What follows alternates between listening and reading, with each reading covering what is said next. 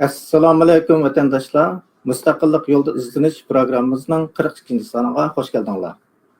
Bu sonda biz doktor Mamtun Ali efendimni, bizningki Cumhur Reis doktor Mamtun Ali efendimni vaziyat ve mulohaza degan temada suhbat taklif qildik. Suhbatimizga hoş geldiniz. Hoş bulduk. Rahmet. Odatda vaziyat degan temada to'xtalsak, Mamtun Ali efendim davomli X'da o'zining fikrlarini X ettirib turdi. Bu orqali bizga vaziyatdagi o'zgarishlarni bildirib turdi. Masalan, eng yaqinqi bir qatimliq sizningki chiqargan yolg'onchilik to'g'riliq bir narsangiz bilan boshlaylik bu temani. Yolg'onchilik birdan-bir haqiqat bo'lgan zamonning ta'biri. Biz ularning yolg'on so'zlayotganligini bilamiz. Ular o'zlarining yolg'on so'zlayotganligini biladi. Ular ularning yolg'on so'zlayotganligini bildiganligimizni biladi. Biz bizning ularning yolg'on so'zlayotganligini bildiganligini bilamiz. Ammo ular yana ham yolg'on so'zlaydi. Bu orqali siz xuddi Xitoyning vaziyatini, Xitoydagi butun yolg'onchilikni ichayotgandek bir gap qilibsiz. Xitoyda bu butun yolg'onchilik bilan mangdi, ammo xalqaro vaziyat bu nurg'un bu yerda bir uyanlar bo'ldi. Biz bugungi temamiz garchi vaziyat va mulohaza bo'lganimiz bilan o'zimizningki munosabatli bir necha savoldan boshlaydigan bo'lganimiz uchun balkim bu qitimliq bu programmamiz ikki qitimga bo'linishi mumkin, chunki bizning gapimiz tugamaydigandek bo'ldi. Shunga oldi bilan sizdan so'raydigan savolimiz Xitoy josuslarni bayqash va jazolash oramizdagi izchil qiziq nuqta. Yaqinda hukumatimiz Amerikadan Xitoyga josuslik qilganlarni oshkorlash va jazolashni talab qildi va bu to'g'riliq xabar eshitdik. Siz bu to'g'riliq bir so'zlab bergan bo'lsangiz. Rahmet. Cüret efendim. Aval siz sözge kirişten bilgiri tılığı ağan o cümleler Solzhenitsyn'deki cümleleri. İsmini demedim. Avaz. Bo'ldi. Baydan bir avaz yo'qolib ketibdi. Qayta bir so'zlasang so'radim. Men baştakiler Abay Sırsilgaga yalğancılık hakkındaki bu üzümde esas Solzhenitsyn'in üzündesi. Solzhenitsyn Sabık Sovet İttifakı'ndaki meşhur erkillik cemcisi. O Sabık Sovet İttifakı'nınki içindeki kem degende 20 milyondek adamlarninki ölücük sebep var. Yani 30. yıllardaki Stalin devrideki terörlük devrinden tatip kiyinki soğuk münasebetler uşukça olgan nurgulluğun vəhşiliklerini içip bergen bir adam. Onunki bu içip berişler, onunki Gulag Hatırları dediğin bir eserde ifadelendi. Bu eserde Sabık Sovet İttifakı'nınki yani komünizm tüzümününki insan kalbinden çıkan vəhşilikleri dünyaya tanıtıldı.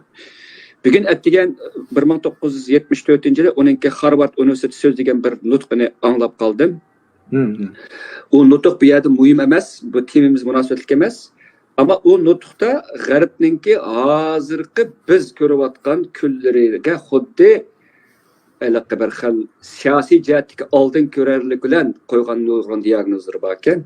Bularning uningdagi asosiy diagnozlarining birisi devletninki şu G'arbninki fikir iqimida ikki qutbga bo'linish va bo'lingan vaqtida u ikki qutbning bo'linishdan xatarlik ekanligi emas, balki her bir bölünüşünki, mesela hazır Amerika'nın iki bölündü desek, mesela Cumhuriyetçiler bilen Demokratlarınki, her birisininki kançık derecede fanatikleşivatkanlığı, mezhebileşivatkanlığı aldın körerlik varken, andın G'arbdaki kişilerinki asta karşılık güçüden kelip, asta pasiflikka, hareketsizlikке ötüvatkanlığı cümleden karşı duruş iradesi ve cesaretinin kemlevatkanlığı hakkında toxtaldı iken, bunu ben tordaşlar tavsiye kılımen, sözü Rusça iken ama İngiliz tercümesi yandan verildi iken. Hem gep temelkileyle Xitayning casusluğu, Wang Shujinninki yakında aşkarlanışı ve kilercide yanvarda Amerika'da sotulanıp, eğer sot tutukluk olsa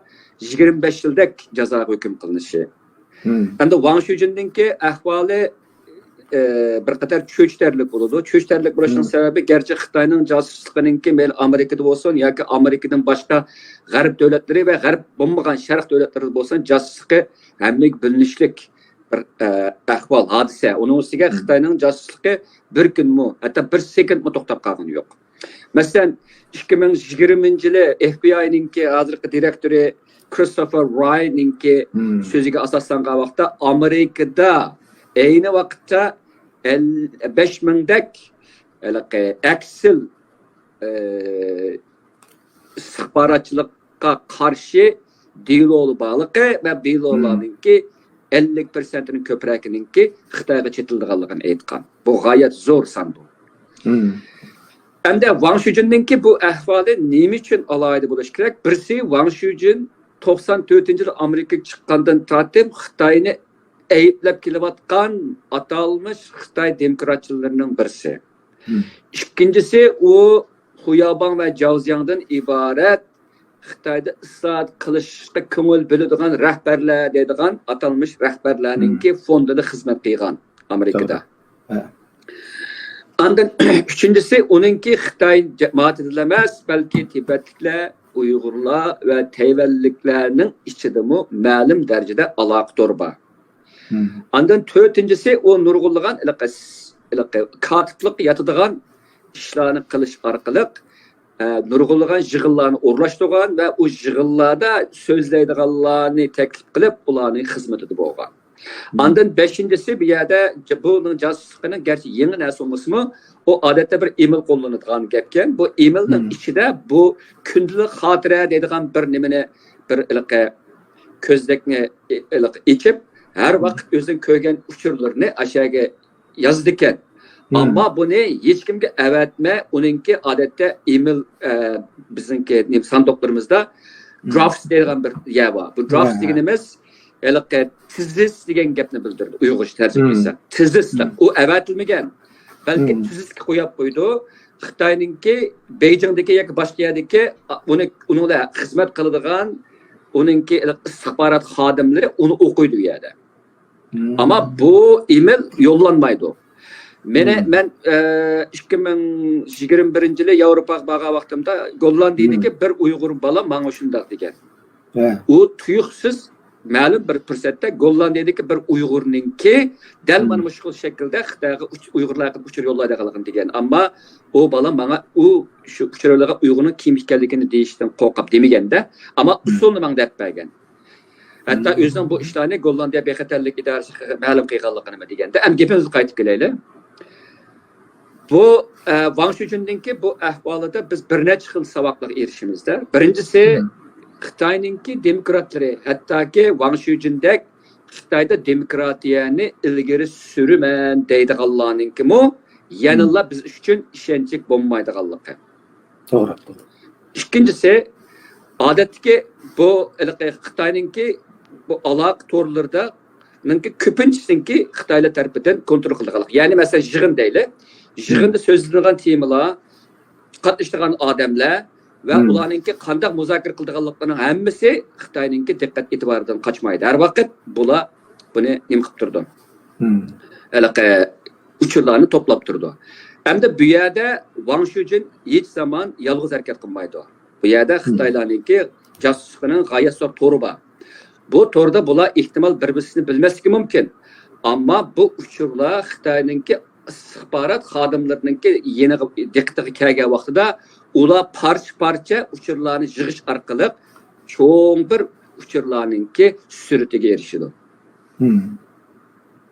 Hatta ular parça uçur yetkazayotgan bu josuslar Xitoy istihbarotininki qandaq bir shaklga ega bo'lganligini bilmaydi.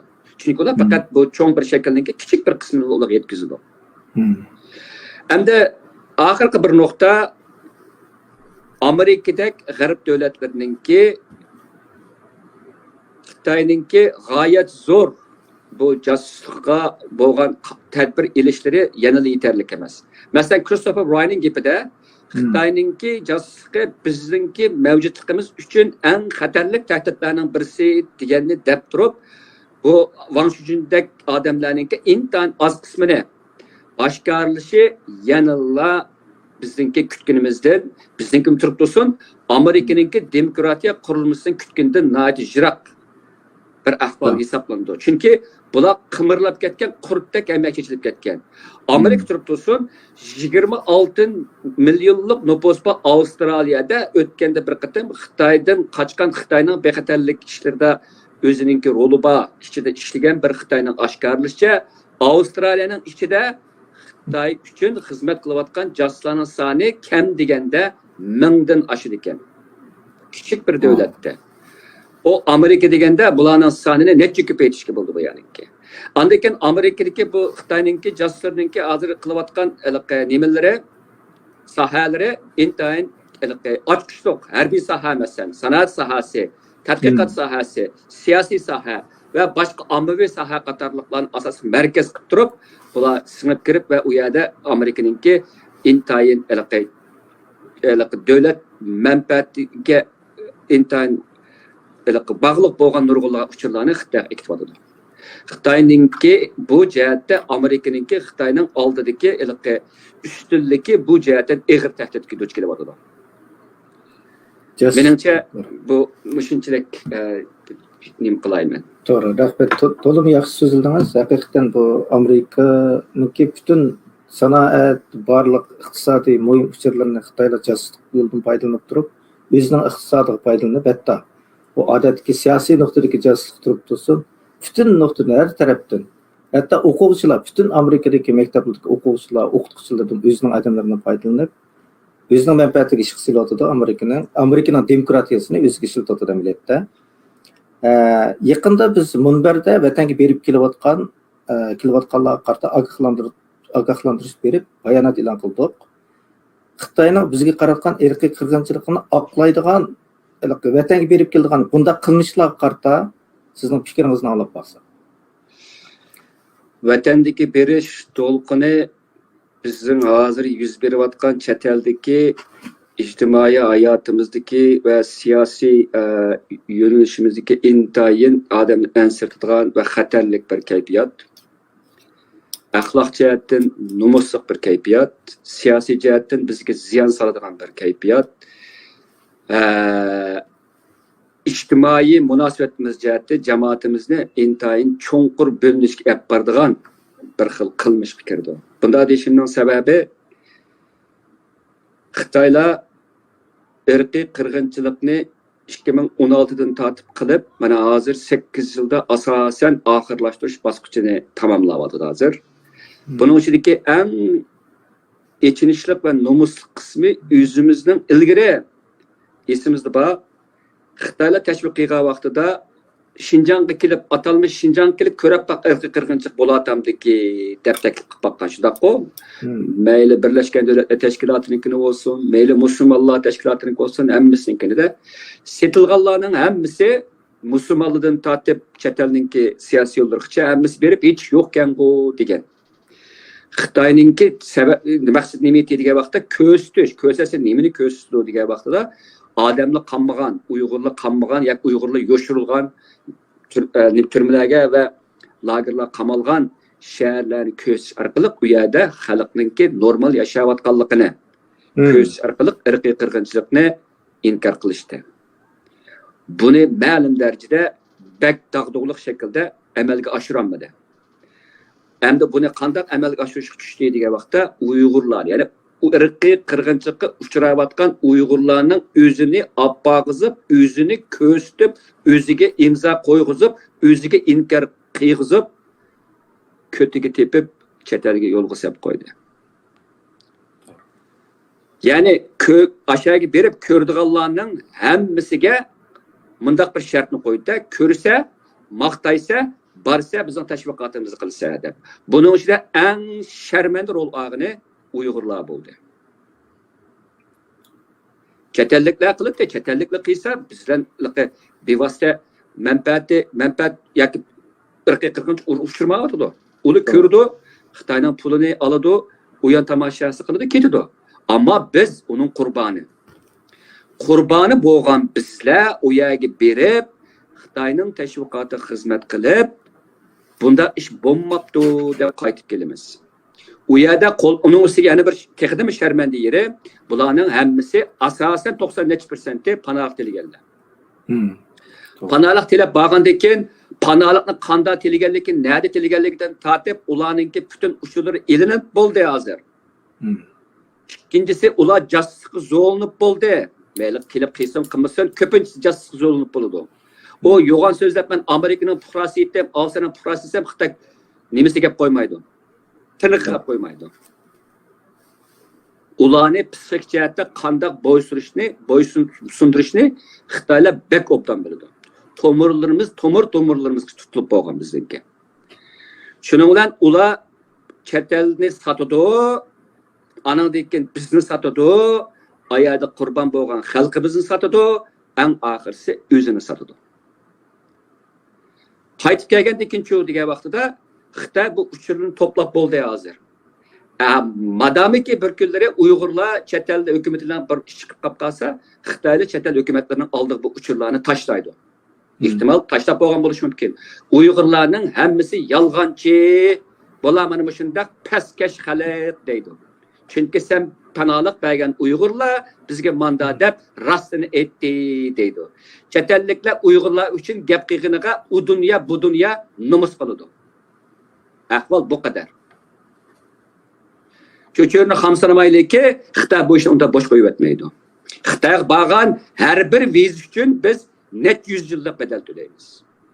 Xitoy vizini baqaga bermaydi. Seni urug' tuqqaningni ko'rilishga yoki boshqa ishga Xitoy ishga baqaga hech bermaydi.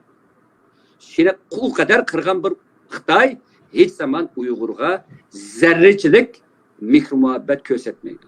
Sen köylep ketib, urug' tuqqanlar bilan tanishib olsin, qaytib ko'rishib olsin deyotgani yo'q.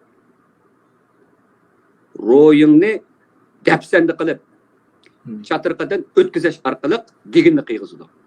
Qaytib kelganlikka qanday bo'lsa, sabtdan arilsa, namoyishga chiqmaysa, jamiyatdan jiroqlashsa, hattoki jamiyatga qarshi chiqsa, qanday qilsa, vaziyat yaxshi ketibdi deysa. Millionlagan insonlar o'lgan, millionlagan insonlarningki ovozi tunjuqtirilgan bir zamindan kelib, ashu Xitoyning nimasi bilan, besimi bilan bu qadar zo'r insoniyat tarixida kam ko'rilgan bir irqiy qirg'inchilikni o'zingning og'zi bilan, nomussizliging bilan, g'urursizliging bilan, insoniylikdan chiqqanliging bilan inkor qilsa.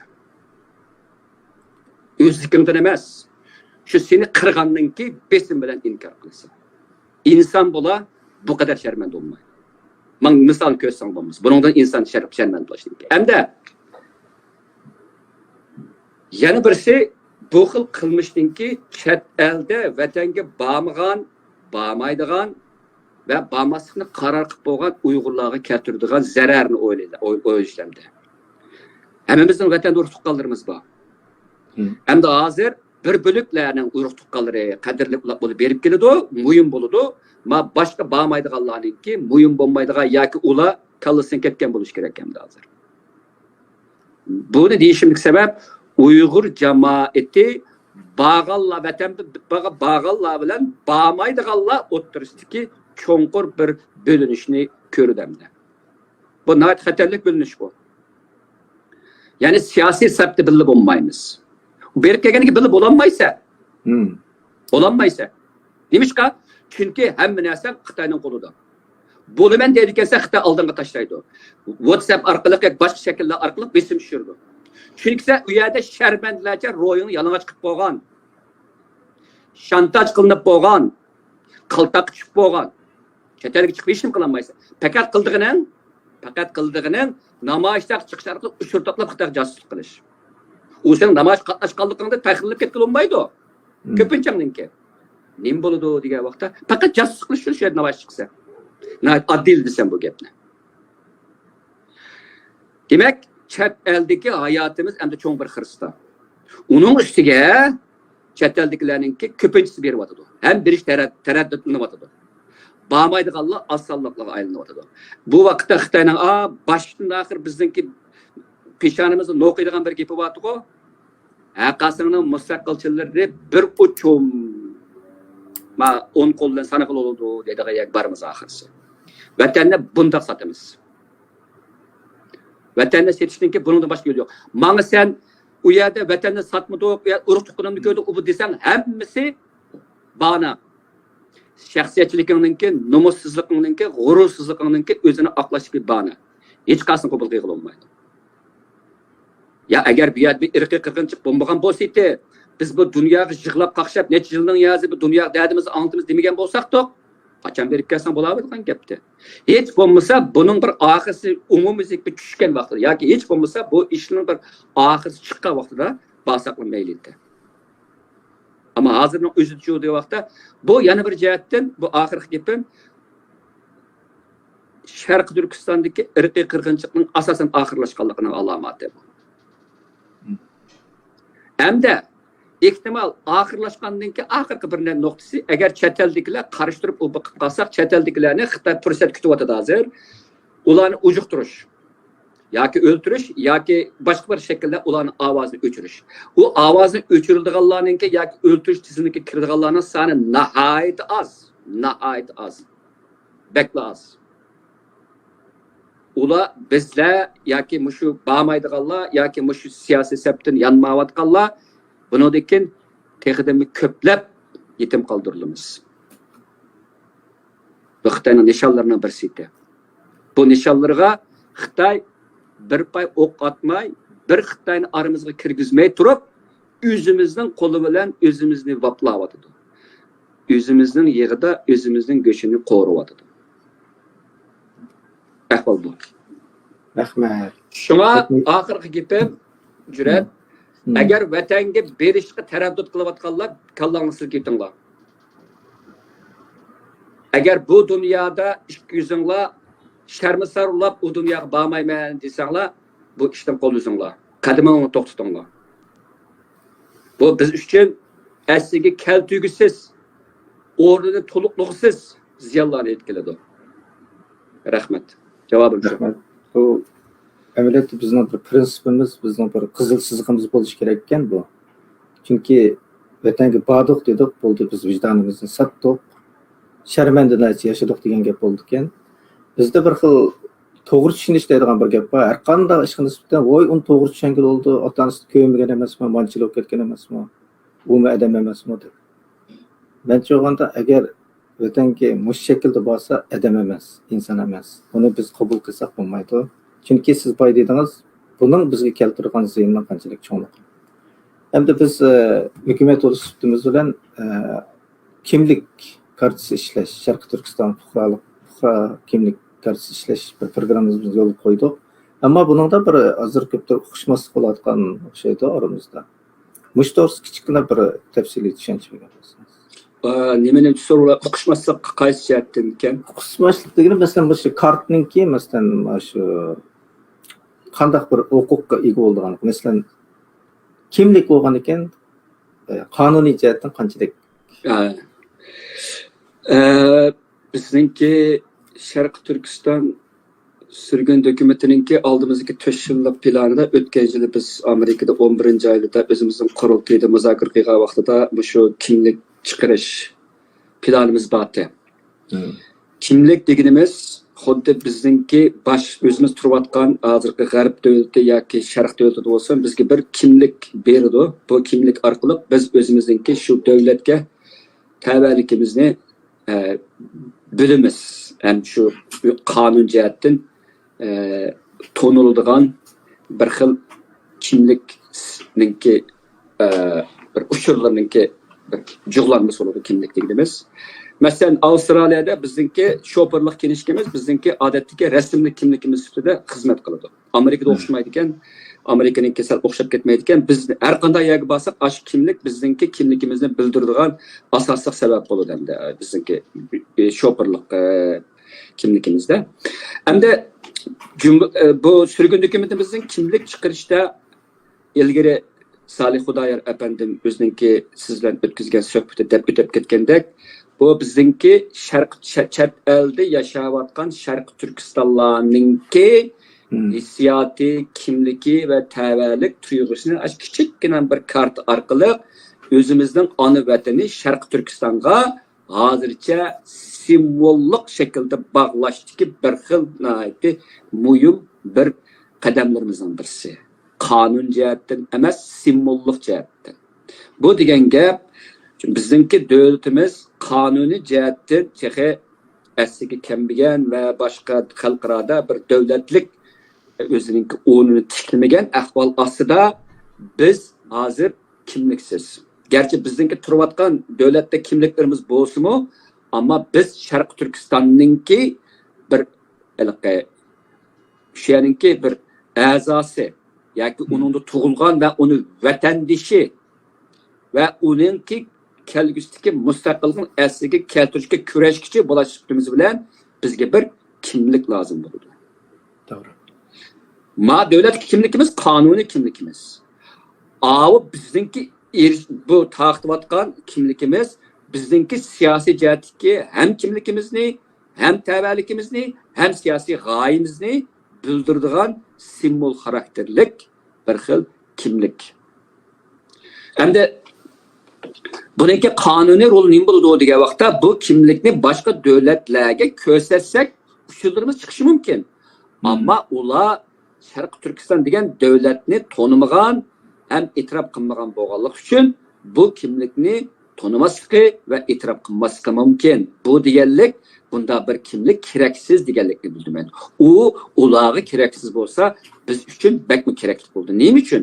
Chunki biz bu kimlikni ko'tarish orqali o'zimizningki elimizdagi, xiyolimizdagi, siyosiy irodamizdagi va bizningki kelgusidagi qurmoqchi bo'lgan davlatimizningki kimligini yenimizde əpşügen bulunuz. Özümüzden her vakit aşı toprak təbəlikimizni, aşı territoriyalık, aşı kültürlük, aşı bir vətəngə bir əzası ikənlikimizni bu kimlik arqılıq cəzimləşdirimiz.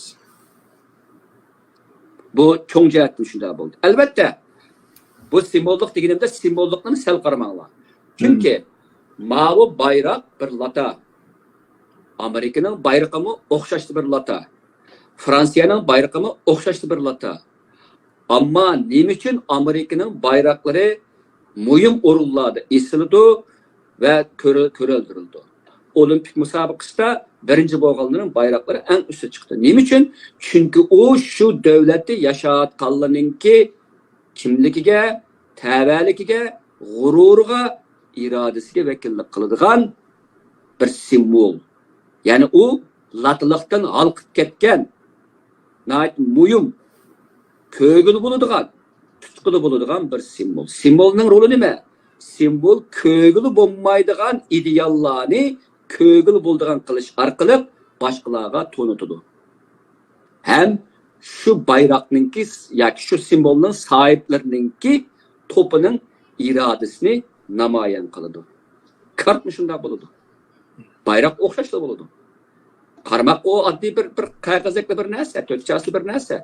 Amma o Şərq Türkistanlıqlarınki təvəllikiga vəkillik qılıdı. Hem onu başqalarına bildirdi. Bu cəhətdən elib etqan vaxtıda bizinki o kartda iyi buluşumuz, hem bunundaki bunu biz Şərq Türkistan'daki hükümetimizdeki xadimlardan tatip, munberdeki əza təşkilatların xadimlərdən tatip tədrici halda çət əldeki bütkül bizinki Şərq Türkistanlıq qeyrindaşlarımızı sunumuz. Bu arqılıq biz Şərq Türkistanlıqlarının kimligini küçeytişdiki bir simbolluk bir qədəmni ağam bolumuz. Bununla bizimki sürgün hükümetimiz yetekçi kılıdı.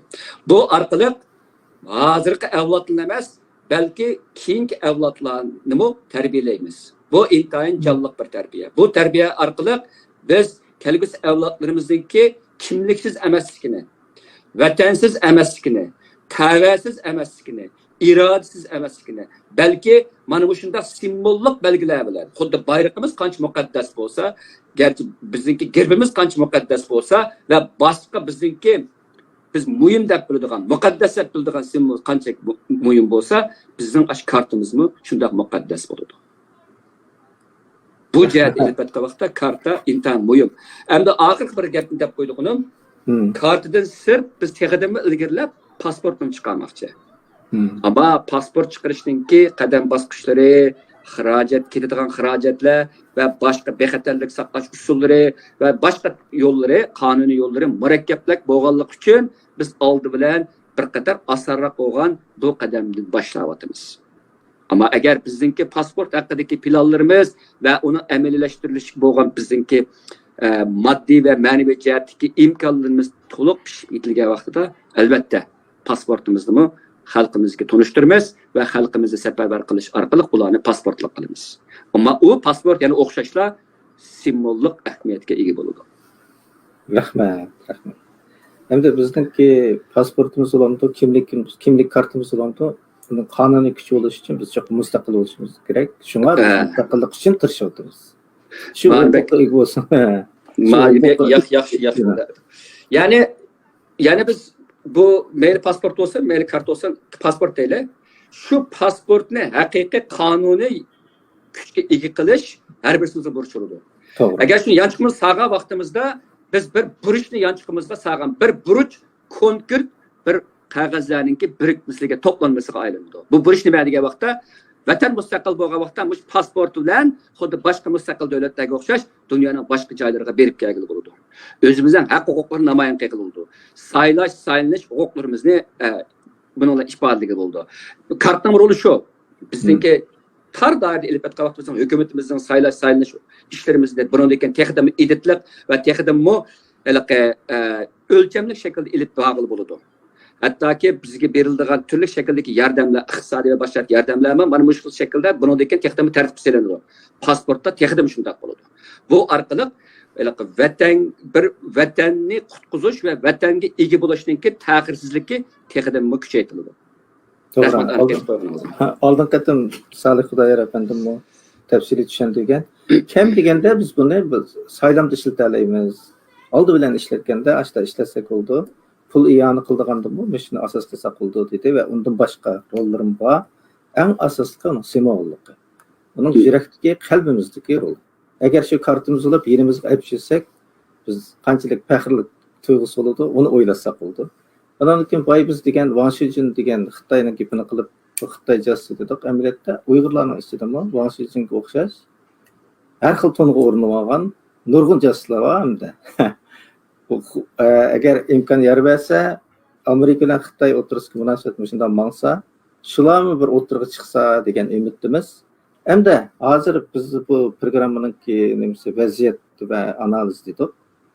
Hozirgi vaziyatda hammadan diqqat qilayotgan ish Amerikaning prezident saylami. Siz bunga burundan boshlab diqqat qilib kelyapsiz, nurg'un fikrni qildingiz. Mushto'g'riliq bir so'zlab bergan bo'lsangiz. Keskin ilib etgan vaqtida Amerikaninki bu qitimliq saylami g'arbdagi eng muhim, eng hal qilg'uch va ehtimol eng oxirgi saylam bo'lishi mumkin. Oxirgi degan gapim bak ig'ir gap. Buning sabablarim bor. Bunda deyishimning sababi Amerika insoniyat tarixida barliq kelgan demokratik tuzumlarninki eng yuksak bir pallasini yaratgan bir davlat. Ammo Amerika hozir ig'ir krizlarga duch kelyapti. Masalan, buni men azroq bir o'zimning shaxsiy hikoyasidan boshlab nima qilay. Biz vatandagi vaqtimizda Jur'at apandim kallamizda ikki dunyo bordi. Xitoyning bizga singdirmoqchi bo'lgan sharq qizardi kun chiqdi. Jungodan chiqdi Mao Zedong degan naqshisi bordi. Ammo bizning qalbimizda g'arb deydigan bir tushuncha bordi. Bu jihatda Paratursinning bir Filyatunsman bir asari bor. G'arb bilan sharqning farq to'g'risida esil yozilgan asar. Shu bizningki hissiyotimizni nihoyatda mujassamlashtirib tushuntirib bergan bir asar. Ya'ni Sharq bo'lapmi Xitoy, Dovzaq, G'arb jumladan Amerika erkinlikninki bir jannatidek bilingan bizga. Men ingliz o'rganayotgan vaqtimda Amerikaninki kulturini o kadar qatiqinib, o kadar cho'nqurlashib yurgan. Chunki til o'rganish degan kultur o'rganish til o'rganishda ikki shunda ma'nodagan gapdi. Ammo chet elga chiqqandan keyin jumladan Amerikani tushungandan keyin bizningki Xitoyda ko'rgan nurg'un ishlarimizningki Amerikada yo'shirin shaklda davomlashayotganligiga shohid bo'ldi-da. Boshda qaymoqdiq, shaxsan men qaymoqdim. Keyin bu jihatdan azroq izlanishga boshladim. Oxirisi bu yerda nihoyatda bir odamni bearam qilib, hatto qo'rqinchli o'xshashliklarni bayqashga boshladik-da. Bu o'xshashliklar nima? Biz bilamiz, davlatninki mavjudlashishiningki asosli sababi insonlarninki erkinligininki xatarning oldini olish. Bu degan gap insonlar tabiiy holatda hammasi varvarlıqda, işbidaylıqda bir-birisiyle uruşup, pul, mal ve başka cihetden küç qatarlıqlarına talışıp, qalayım qançıq kep çıqıdı. Qadimde şunda bolğanda, bunun üçün insanlar bir tərtibə muhtaç buludu. Qarşı hammasi bir-birini öldürəvatqandan, onda qılıvatqandan, ağız toxtab turunglar. Biz bir tərtib ornatuş arqılıq aramızdaki toqunuşlarını keliştiriley deydi. Bazı vaqtda bu tərtib imperiya arqılıq əməlgə aşıdı. Yoki yezdi gibi yezi başlıqlarını baş saylaş arqılıq barıldı. Yoki başqalar bilan ittifaq tutuş arqılıq qatarlıq nurg'ulg'a shakllar var buniki. Ama bizim modern yoki hozirgi zamonlik dövlətə kelgan vaqtimizda bu yerda bir kelishim, ya'ni ijtimoiy kelishim nazariyasini deyapman bu yerda. Bu kelishim nazariyasini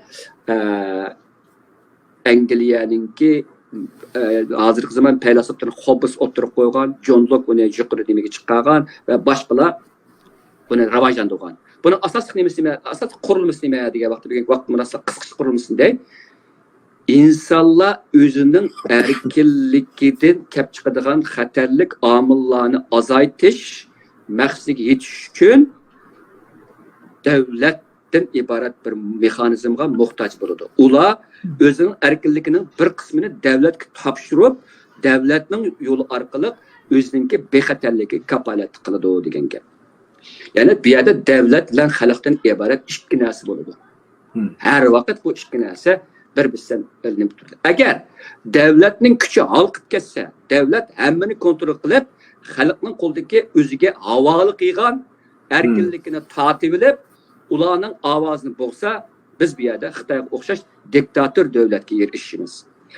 Agar xalq o'zining erkinligiga to'liq erishib, davlat faqat intayin oz sonda xalqning ishtirok aralashtirgan bo'lib qolsa, biz bu yerda keng taraqqiy qilgan bir davlatchilik bir nimasiga andisiga ega bo'lamiz. Bunda davlat bormi degan vaqtda bor. Masalan, Shveysariyaninki mana mushkil shakldagi bevosita demokratiya deymiz, xalq ovoz qo'yish orqali nima qilganda, mushta bir shakl bu ikki qutbda bu.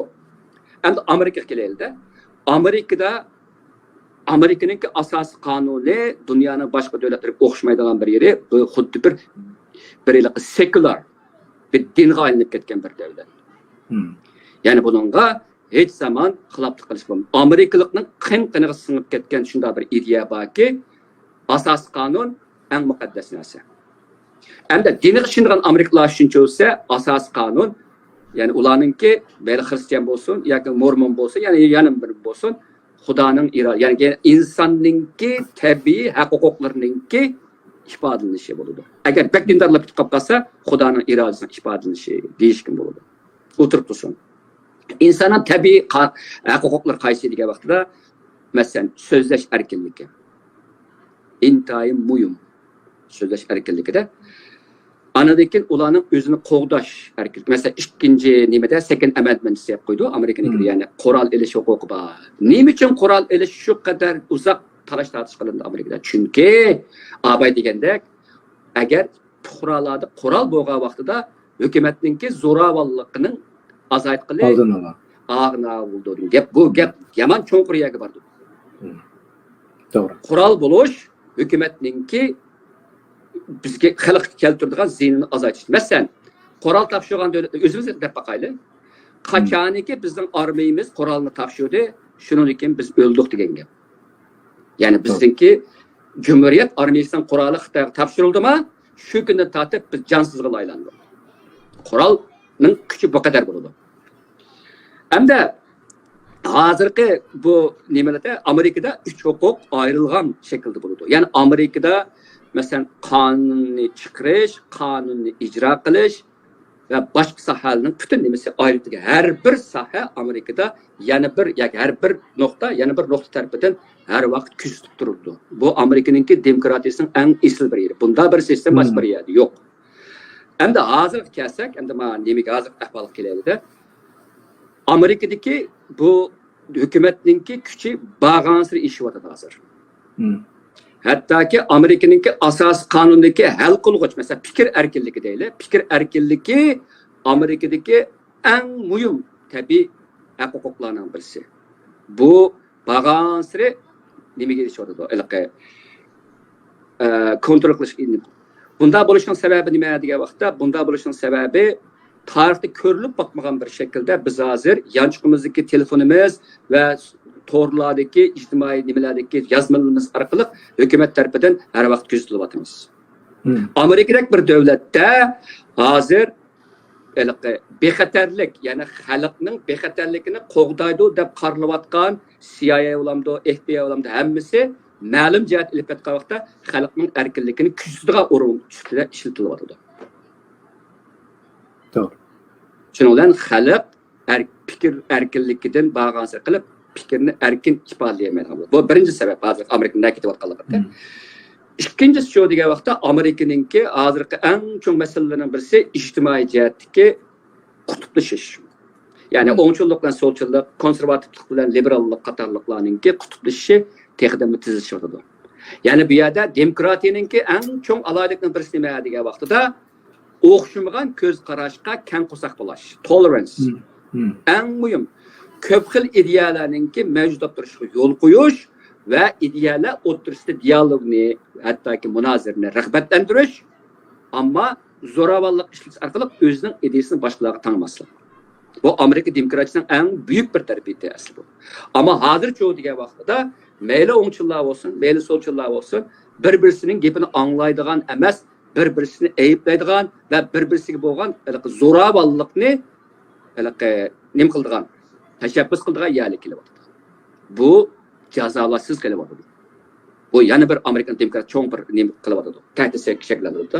Anadan Amerikaning bu qatama chiqmoqchi bo'lgan prezidentlarmi bu o'tirdagi bu kelishtirishni o'tirib qo'ymay, balki bu hozirgi to'qinishni bag'ansa kuchaytirib yubordi. İctimai medialar shunday, boshqa ziyolilar boshqalar shunday, bu yerda taraf tutish orqali bir o'rtaq bir asli demokratiyaning ro'yiga bo'lgan shuningki amaliyotini o'tirib chiqarmoq. Bu texnik xatar. Uchinchisi, bu texnik muhim bir rol Amerikaning iqtisodiy og'ir krizisining ichiga ketyapti. Bunda deyishning sababi Amerikaning federal hukumatining ichki qarzi 35 trilyon dollarga keldi. Shu 6-oyda. Ikkinchi oyda cho'sa 34 trilyonda. Demak, bir tarafdan Amerika'nın ichki qarzi cheklimsiz eshiyotidir. Yana bir tarafdan cho'g degan vaqtda Amerika ko'plab Amerikaningki dollarga bo'lgan qarshilik, masalan, BRICS davlatlarininki Xitoyningki dollarsizlashtirish qadami tizilishyotidir. Amerikaningki dunyodagi iqtisodiy jihatdagi kuchlik va qaror berishdagi roli bag'ansir ig'ir xiris uchradi. Bu Amerikaningki kelgusidagi dunyodagi cho'ng kuchlik roliga ig'ir ta'did soladi. Onun aksicha Xitoy va Rossiya qatorliq bu davlatlarningki Amerikaning kuchli abaydigimizda jasuslik orqali iqtisodiy jihat Amerikani vayron qilish orqali va Amerikaning ichki qismidagi ziddiyatlarni texnik kuchlantirish qatorliq suiqasdlar orqali Amerika ham ichki jihatdan ham tashqi jihatdan nihoyatda ig'ir kunga kelyapti. Shuning uchun endi men nima uchun Amerikaning bu qitimliq prezidentlik saylamini men eng oxirgi saylam deyishimning sababi nima degan vaqtda Trumpga qarsak, Trump Ironga hujum qilaman, yana bir nima qilaman deb, yana Amerikaningki burunqi eliqqa texnik o'z-o'zini vayron qilish qarta yo'lini yanmayotganligini ifodalayapti.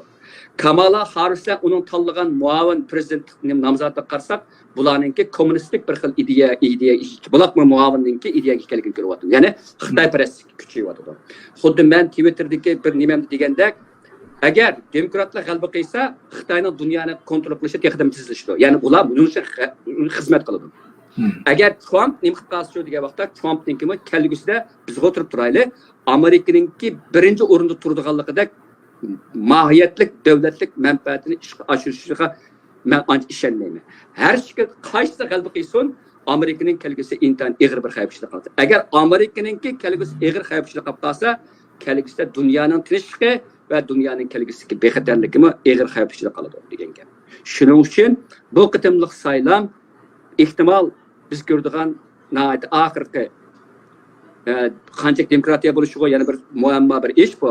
Ammo kimning chiqishi va qanday siyosatni yurgish qatorliqlar g'oyat zo'r bir nimani keltirib chiqadi. Hamda yana ushaq boshqa ishlar bu Amerikani hozir intan rahatsizlantiryapti. Masalan, tugamagan ko'chmanlarning Amerikaga kirishi.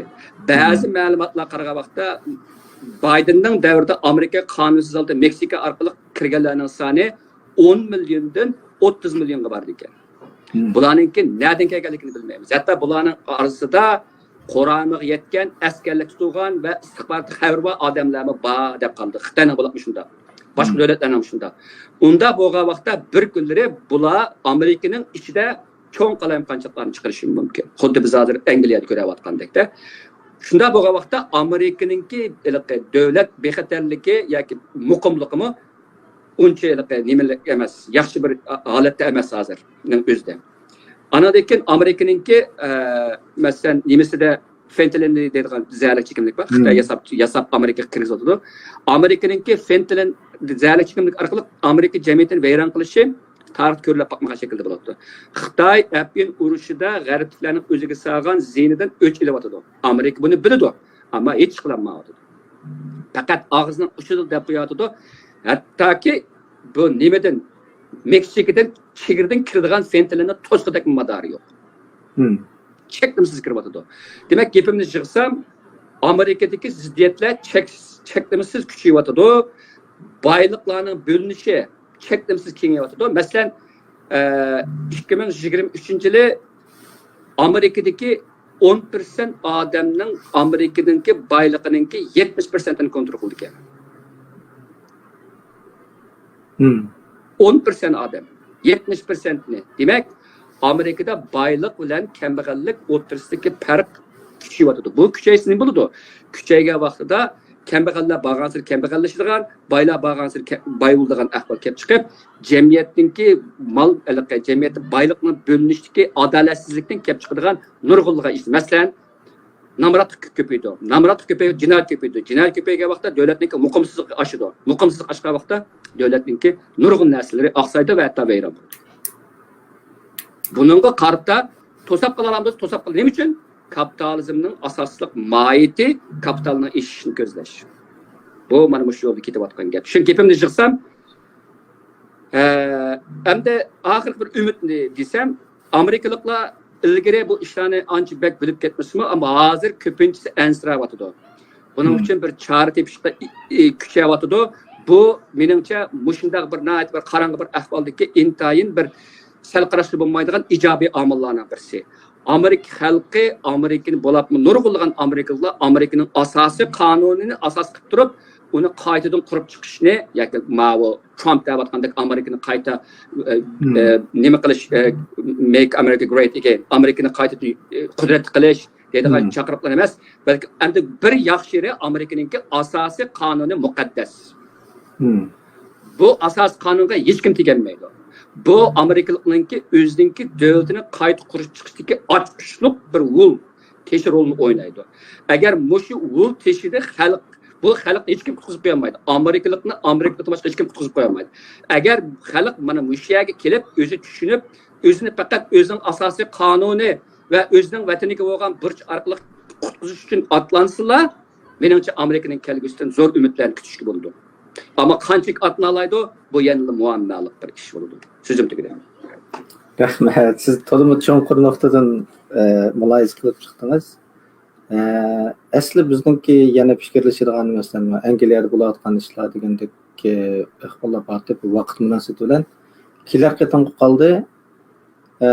Amerika saylamiga qarta bizning fikrimizda tugimadi, bu yerda nurg'un ishlar bor. Masalan, vaqtim Trumpni tashlagan. İşte bu doğru sözlesek mi? Mesela nurg'un gap chiqirib yerda. Ammo Amerikaningki asos qonunni qo'g'daydigan bundaq bir kuch zo'rayib, ulg'ayib menyapti. Hozirgi vaziyatda dastlabki vaqt Biden vaqtida solishtirganda yaxshi tarafga ketyapti deb bir xil tushunchada men ham shaxsan o'zimni desam, buni o'tirib qo'yish uchun yana azroq boshqa temalar so'zlashga to'g'ri keldi. Bugün hem de teyimiz söhbetimiz müşahitçi olsa, kelar qatimga hem de bizningki oldimizki vaziyat. Çünkü hazır xalqarалық vaziyat şiddetli o'zgaradi. Masalan, O'rta Sharqning ishlari, Iranning ishlari, Iran Isroil o'rtasidagi, undan keyin Xitoyning Tayvanga qarta tahdid solishlari deganda, bularni birlashtirib xalqaro vaziyat to'g'riliq yana bir qatim suhbat olib bo'lsak, sizni yana bir qitim suhbat taklif qilamiz. Kelar qitim. Bo'ldi, shu tushgan savollarni redlab qilib qo'ysanglar, kelar vaqtida buni davomi sifatida yana Amerika saylam to'g'risida to'xtalaylik va Angliyaga o'tib va O'rta Sharqqa o'taylik. Anadan keyin shu tushgan savollar bo'yicha menga tayyorlab qo'ysangiz, shu chaqda men ba'zi qisqacha javob berib o'tib ketib shundan. Kelar qitimda shu xil shaklda tamomlaylik. Bo'ldi. Rahmat. Bugun bizning suhbatimiz mushaylik bo'lsa, hammanglarning mushaq tayyorlik olsun. Bugungi suhbatimiz mushayda oxirlashdi. Xayr xo'sh, Alloh qamon.